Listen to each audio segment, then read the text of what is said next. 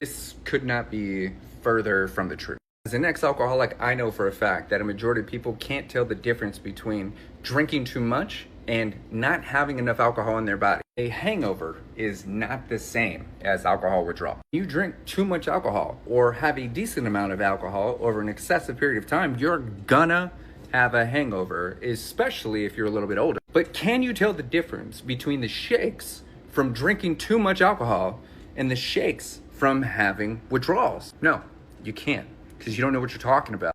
Alcohol withdrawal only happens to people that have developed a dependency. It's no coincidence that about 30% of all people that drink alcohol are going to develop a type of dependency, and in severe cases, an addiction. This leads me back to your comment.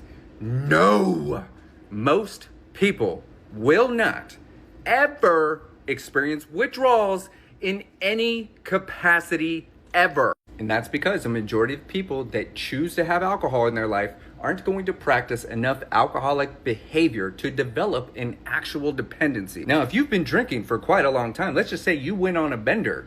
When you stop real fast, cold turkey, your body's gonna go, hey, I was using that alcohol as fuel. That's where I was getting my calories from. That's where I was getting my energy from. That's where we were developing our diet from. Where's that thing that we used the last few days? Coincidentally, you probably weren't drinking enough water. You definitely weren't eating enough food. And what you were doing was literally poisoning your body with a neurotoxin. Alcohol is a drug. Drugs make people shake sometimes. Just because you're shaking, just because you're nauseous, just because you have a headache, just because you have insomnia, just because you're bloated, just because you have a high tolerance, just because you drink every day, just because you prefer to drink alone, none of those things mean you're an alcoholic. And it definitely doesn't guarantee that you're gonna have withdrawals. Do you know why? Because they've just been acting like an alcoholic.